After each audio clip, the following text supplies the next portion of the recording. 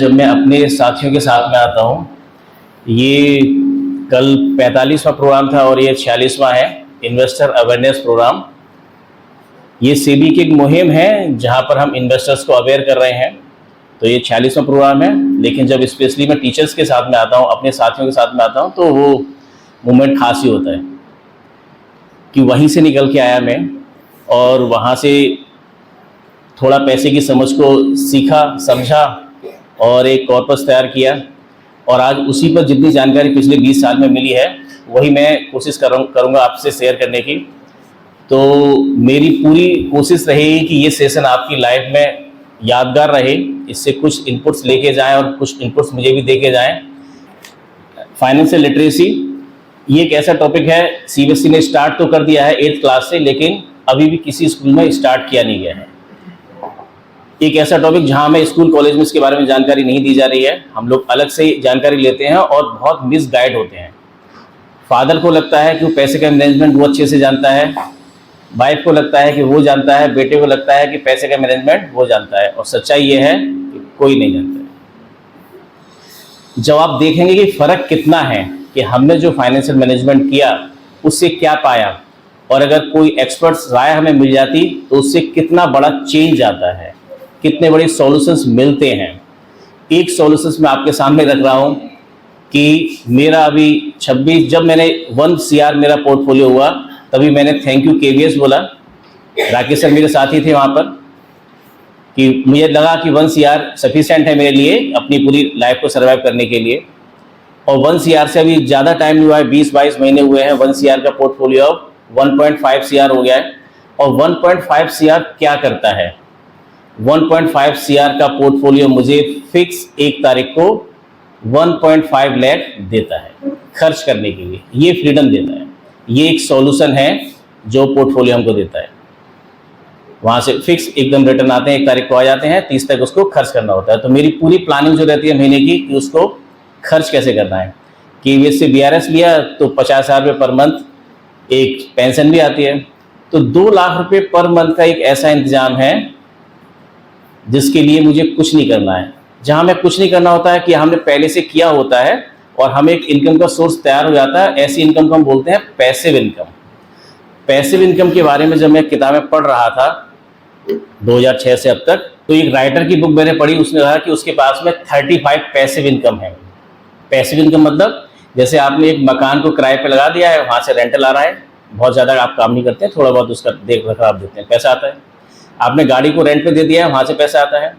तो इस तरह की इनकम को हम बोलते हैं पैसिव इनकम, जहाँ हम अपने शरीर को नहीं लगा रहे हैं, बहुत ज़्यादा हम मेहनत नहीं कर रहे हैं। जब हम अपने शरीर को लगाते हैं, किसी ऑफिस को ज्वाइन करते हैं, दुकान खोलते हैं, मेहनत करते हैं, तो उस इनकम बोलते हैं एक्टिव इनकम। और कमाल की बात यह है कि एक्टिव इनकम पर सरकार हमसे सबसे ज़्यादा टैक्स लेती है और पैसिव इनकम पर सबसे कम। तो 2 लाख पर मंथ मेरे पास आता है। आप में से बहुत सारे साथियों के पास भी 2 लाख पर मंथ पूरे दिन मेहनत करके आता है। आप मुझसे ज़्यादा टैक्स देते हैं, पूरे दिन भागते हैं, दौड़ते हैं, फिर 2 लाख कमाते हैं, टैक्स ज़्यादा देते हैं।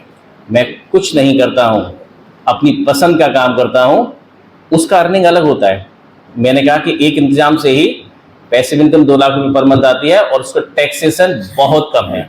तो क्यों नहीं हम इस टैक्स को सीख लें, इंटरेस्ट रेट को सीख लें, XIRR को सीख लें, कंपाउंडिंग को सीख लें। 8th क्लास के अंदर में हमने देखा पावर ऑफ कंपाउंडिंग दिया गया है। बहुत ही खराब क्वेश्चंस वहाँ पर थे। जब मैंने देखा 8th क्लास में बच्चे को पढ़ा रहा था, मैं बेटी को जब पढ़ाने का मौका मिला, मैं पहले कॉलेज में था, कॉलेज के बाद मैं 11th-12th को पढ़ाने आया। 20 साल मैंने पढ़ाया और पहले से डिसाइडेड था कि अब मुझे बाहर जाना है। बेटी को KV में, मेरी बेटी यहीं रही है, CBSE KVS को टॉप किया उसने, 4 सब्जेक्ट में 100 मार्क्स लाए। वो सब प्लानिंग का ही पार्ट था और आज IIT दिल्ली में है, 4th ईयर में है। अभी उसका पूरा नहीं हुआ है, लेकिन प्लानिंग की बात है कि उसकी जेब में 20 लाख की एक जॉब है जो वो अगले साल जाके ज्वाइन करेगी। तो ये सब अगर हम प्लान पहले से करेंगे, चीज़ों को समझेंगे, तो सब चीज़ आसान हो जाएंगी। मैंने देखा है कि हमने बहुत मुश्किल से, बहुत ख़राब बिलीफ सिस्टम के साथ में अपनी लाइफ को मुश्किल में बनाया है। लाइफ को जीना बहुत आसान है, पैसा बनाना बहुत आसान है। हम बहुत मेहनत करते हैं कि हमारा पैसा ना बने, बहुत मेहनत करते हैं कि हम अपना पैसा, कि हम अपने एक कॉर्पस तक ना पहुंच पाए। ये आपको मजाक लग रहा होगा, लेकिन जब आप देखेंगे 2-3 बातें यहाँ आएंगी तो पता लगेगा कि हाँ ये चीज़ तो हम कर रहे हैं और उसकी वजह से हमारा पैसा नहीं बन रहा है। चलिए, पैसा हम सब लोग जोड़ते हैं, सेव करते हैं। एक क्वेश्चन मैं आपसे पूछता हूँ, हम आरडी करते हैं, एफडी करते हैं, एलआईसी करते हैं, पीएलआई करते हैं, इसका पर्पज है क्या? कोई बताए कि हम आरडी में पैसा लगाते हैं, एफडी में लगाते हैं, एलआईसी में लगाते हैं, बहुत सारे सेविंग इंस्ट्रूमेंट्स हैं जहां हम पैसा लगाते हैं। तो हमारा प्राइमरी ऑब्जेक्टिव होता क्या है? हम पैसा जोड़ते ही क्यों हैं? बच्चों की एजुकेशन के लिए क्यों जोड़ते हैं हम पैसा? Safety and security of life and future obligations are Futures. filled with that. बिल्कुल। और पैसा क्यों जोड़ते हैं हम? इन्वेस्टमेंट एक्सपेंसेस जो कभी भी आ सकते हैं। बिल्कुल, कोई अनफॉर्चुनेट सिचुएशन आ जाए उसके लिए हम पैसा जोड़ के रखते हैं। और हम पैसा क्यों जोड़ते हैं? ये आधा घंटा आपका बहुत लाइफ चेंजिंग होगा, मैं बता रहा हूँ, लाइफ चेंजिंग होगा। आप देख सकते हैं मैं केवल 1 तारीख से 30 तारीख तक 2 लाख रुपए खर्च करता हूँ। प्लानिंग केवल ये रहती है खर्च कैसे करना है, और अपनी पसंद का काम करता हूँ, अपनी पसंद का काम करता हूँ। मैं अभी अपना आंसर दूंगा कि मैंने पैसे को क्यों जोड़ा।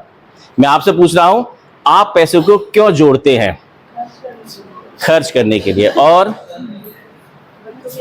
बच्चों की एजुकेशन के लिए है सर,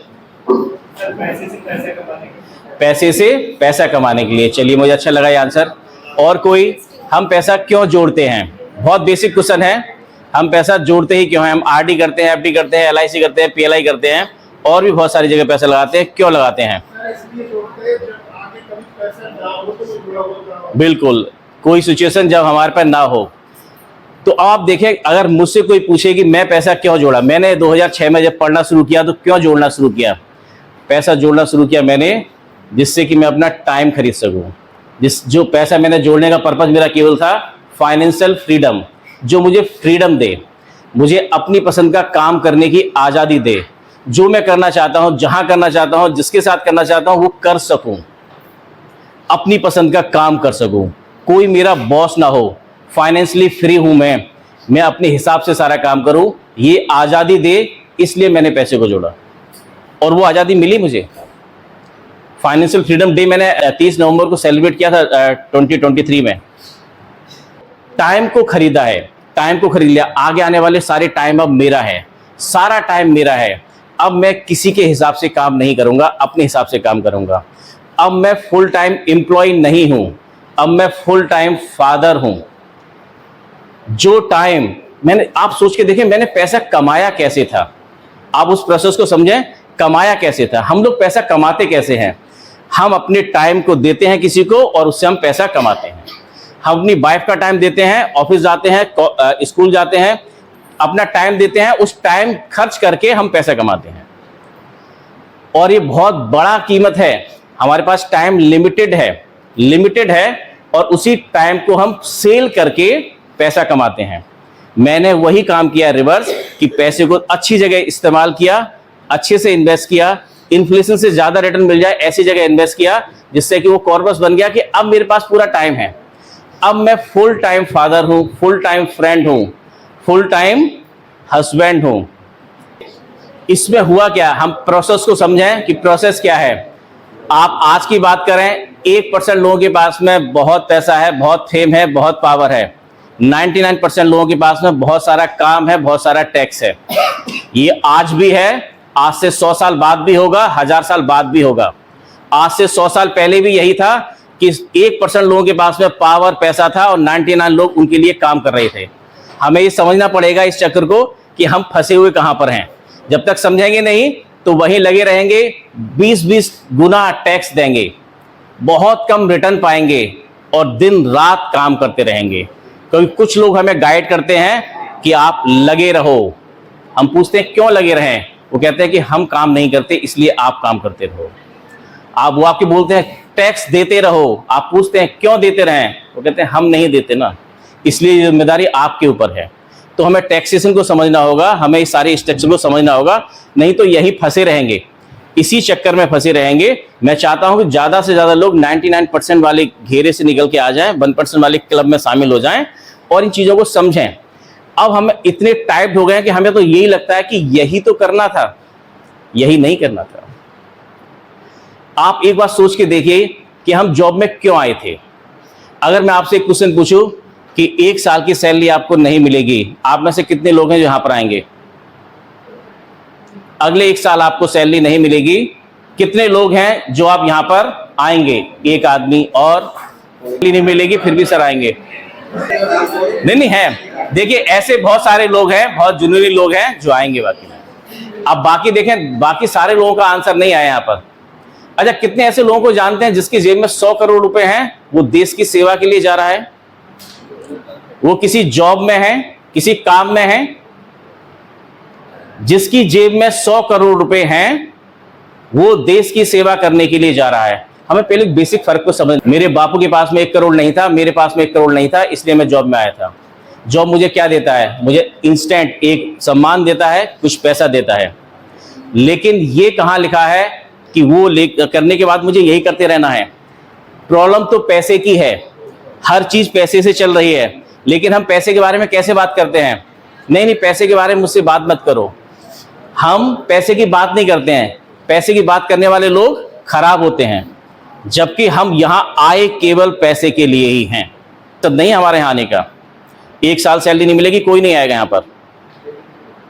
लेकिन हम उसको इतना इग्नोर करते हैं, पता नहीं कैसे, जैसे कोई हमें धर्मात्मा समझ लेगा जब हम ये बात करेंगे। नहीं, मैं पैसे की बात नहीं करता। पैसे की बात करने वाले लोग तो चोर होते हैं, वो तो उनका दिमाग खराब होता है। ऐसा करके हम बताने की कोशिश कर रहे हैं, झूठ बोल रहे हैं। हम खुद को सही आंसर दें, सही बात को समझें कि पैसे की जरूरत है, पैसा बहुत कुछ नहीं है, लेकिन पैसे की जरूरत है, उसका इंतजाम करना है, उसके लिए हम काम कर रहे हैं। बहुत सारा चीज सॉल्यूशन नहीं करता है पैसा, लेकिन बहुत सारी चीजों में हमें कंफर्ट देता है। तो जितनी उसकी जरूरत है उतना उसको रेस्पेक्ट करें। लेकिन हम जब एकदम बिल्कुल छोड़ देते हैं तो फिर बहुत सत्यानाश होता है और पैसा हमारे पास आता भी नहीं है। जब हम इस तरह से बात करते हैं कि नहीं ये खराब चीज है, तो लक्ष्मी जी हमारे पास में नहीं आती है। नहीं आती है तो हम क्या बोलते हैं? हम बोल देते हैं लक्ष्मी जी इसलिए नहीं आती है क्योंकि लक्ष्मी चंचला है, वो आई और चली गई। ऐसा नहीं है। हमको लक्ष्मी को मनाना ही नहीं आता है, हमको अपने पास बैठाना ही नहीं आता है, हमको वो स्किल ही नहीं है कि लक्ष्मी जी हमारे पास आके बैठ जाएं। लेकिन हमें स्किल नहीं है तो हम अपनी इस कमी को छुपाते कैसे हैं? हम ये दोहा दे देते हैं कि लक्ष्मी तो चंचला है, वो आती है चली जाती है, जबकि हमें उन्हें मनाना नहीं आया। एक बार सोचिए, अदानी के घर में लक्ष्मी चली गई हैं, निकल ही नहीं रही हैं। अदानी के घर में घुस गई हैं, निकल ही नहीं रही हैं। वॉरेन बफे के घर में घुस गई हैं, निकल ही नहीं रही हैं। अगर चंचल होती तो वॉरेन बफे के घर से निकल के चली जाती, आपके यहां आ जाती। तो इसका मतलब ये क्या? निकल गई। उसको मनाना नहीं आया तो निकल गई, उसको वो स्किल नहीं थी तो निकल गई। मेरे को वो स्किल नहीं है तो मेरे पास से भी चली जाएंगी। अगर हम विष्णु नहीं बनेंगे तो लक्ष्मी जी मेरे पास नहीं आएंगी। विष्णु तो बनना पड़ेगा, कुछ चीज सीखनी पड़ेगी। अगर हम सीख जाएंगे तो लक्ष्मी जी आपके पास में आएंगी। तो बहुत सारे मिथ्स हमने ऐसे पाल रखे हैं जिसकी वजह से हमें ये लगता है ऐसा। चलिए पैसे की बात अभी हमने की थी। पैसा क्या है? पैसा मुझे क्या देता है? फ्रीडम देता है, इसलिए मैंने पैसे को सेव किया था। मेरा आंसर उसमें ये था। पर्सनल फाइनेंस में पर्सनल होता है, सभी के आंसर्स अलग अलग थे। अब तो बात करें कि यहां तक मैं पहुंचा और वो एक मेरा मॉडल पोर्टफोलियो जो हमको इतना देता है 1.5 करोड़ रुपए पे 1.5 लाख रुपए पर मंथ। लेकिन 1.5 करोड़ आज एक दिन में नहीं बना है। मैं राकेश सर के साथ ही था, 10-12 साल हम सैनिक बिहार में थे, उसके बाद में बवाना में साथ साथ हमने शुरुआत की वहां पर, धीरे धीरे करके वहां तक मैं पहुंचा। और जैसे ही हुआ तो मैंने देखा नंबर्स मेरे लिए सफिशिएंट है, मेरी जॉब से ज्यादा है, तो मैं बाहर आ गया। अब देखें ये होता कैसे है। हमने देखा कि नहीं, बहुत सारे लोग कहते हैं नहीं हमसे पैसा जुड़ता भी नहीं है, हम जोड़ भी नहीं सकते हैं। उसका बहुत सिंपल सा तरीका है कि अगर हम पैसे को सही डायरेक्शन नहीं देंगे तो भटक जाएगा। हम उसको ऐसे छोड़ देते हैं लोगों के भरोसे। कोई इंश्योरेंस एजेंट आता है तो इन्वेस्ट कर देते हैं, बैंक का एजेंट आता है तो कर देते हैं, ब्रोकर आता है ब्रोकिंग की बात करता है तो इन्वेस्ट कर देते हैं। हमको ना इंश्योरेंस एजेंट चाहिए, ना ब्रोकर चाहिए, ना म्यूचुअल फंड डिस्ट्रीब्यूटर चाहिए। ये सारे लोग एजेंट हैं, अपने फायदे के लिए आते हैं। हमको एक प्लानर चाहिए, एक प्लानर चाहिए जो हमारी प्लानिंग कर सके, अच्छी प्लानिंग कर सके। इंश्योरेंस वाला इंश्योरेंस की बात करेगा, बैंक वाला बैंक की बात करेगा, पोस्ट ऑफिस वाला पोस्ट ऑफिस की बात करेगा, वो अपने प्रोडक्ट की बात करेगा। हमें पता ही नहीं लगता है कि एफडी में हम करे जा रहे हैं, वो एफडी प्रोडक्ट मेरे लिए है भी या नहीं है, लेकिन हम करे जा रहे हैं। क्यों? क्योंकि हम, देखिए हमें खराब लगता है, हम उसी कम्युनिटीज हैं, फॉलोअर हैं, फॉलो करते हैं, अपने दिमाग का यूज नहीं करते हैं।